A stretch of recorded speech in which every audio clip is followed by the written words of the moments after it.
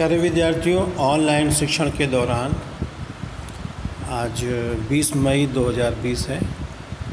मैं श्री गांधी स्मारक inter college से मैं डॉक्टर अजय कुमार सिंह हूँ। आज की क्लास कृषि विज्ञान के छात्रों के लिए है। प्यारे बच्चों, आज हम लोग कोऑर्डिनेट्स और नॉन कोऑर्डिनेट्स में अंतर समझने का प्रयास करेंगे। कोऑर्डिनेट्स और नॉन कोऑर्डिनेट्स में देखें अंतर में पहला अंतर ये है कि जितने भी कोऑर्डिनेट्स के द्विधारी हैं और उनके अंदर ये देखा जाता है कि एक कशेरुक दंड पाया जाता है और नॉन कोऑर्डिनेट्स में कशेरुक दंड या पृष्ठ रज्जु नहीं पाई जाती है।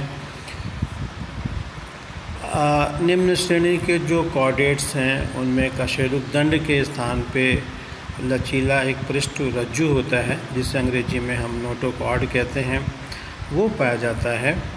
और ये देखा जाता है कि पृष्ठ रज्जु का नॉन कोऑर्डिनेट्स में अभाव होता है या कशेरुक दंड नहीं पाए जाते हैं।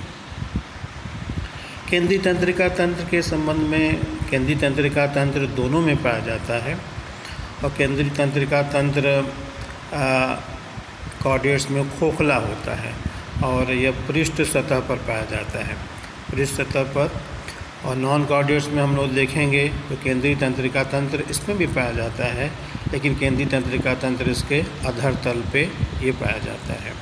और दूसरी बात, केंद्रीय तंत्रिका तंत्र जो है अकशेरुकी का ठोस होता है और कशेरुकी जो द्विधारी हैं उसमें ये खोखला होता है।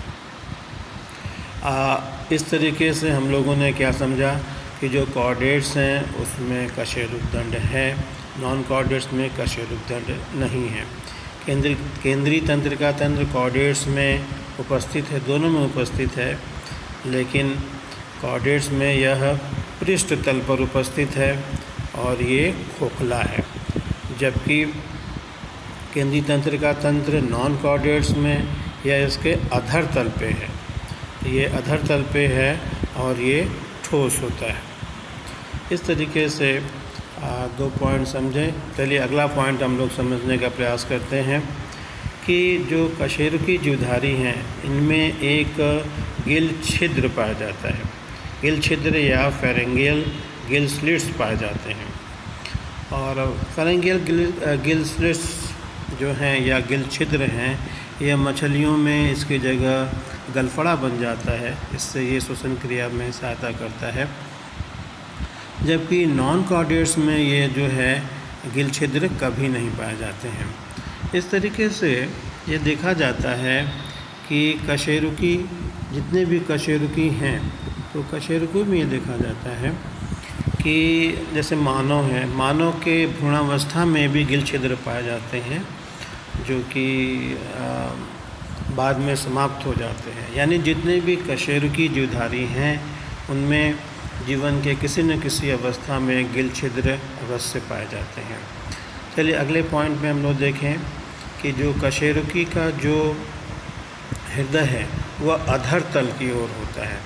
यह देखिए अधर तल की ओर होता है और इसमें 2, 3 या 4 वेश्म होते हैं। जैसे देखिए मछलियों में 2 वेश्म होते हैं और बाकी जो कशेरुकी हैं उनमें 3 वेश्म होते हैं।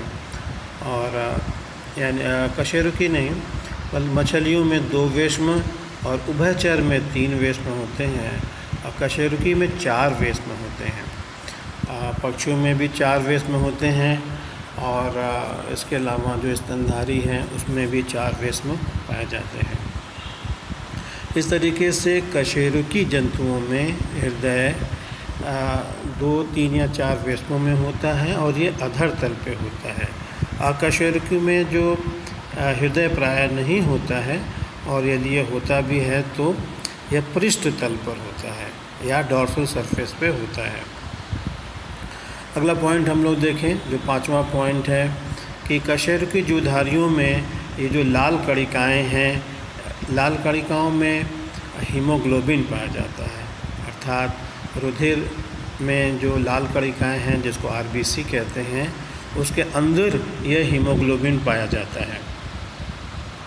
लेकिन जो अकशेरुकी जीवधारी हैं उसमें लाल रंग सामान्यतया नहीं पाया जाता है, लेकिन यदि पाया भी जाता है तो जो रुधिर है यानी जो हीमोग्लोबिन है यह प्लाज्मा में घुला होता है, यानी आरबीसी में नहीं पाया जाता है, यह प्लाज्मा में पाया जाता है। चलिए अगला पॉइंट हम लोग देखेंगे कि जो कशेरुकी जीवधारी हैं उसमें देह गुहा पाए जाते हैं।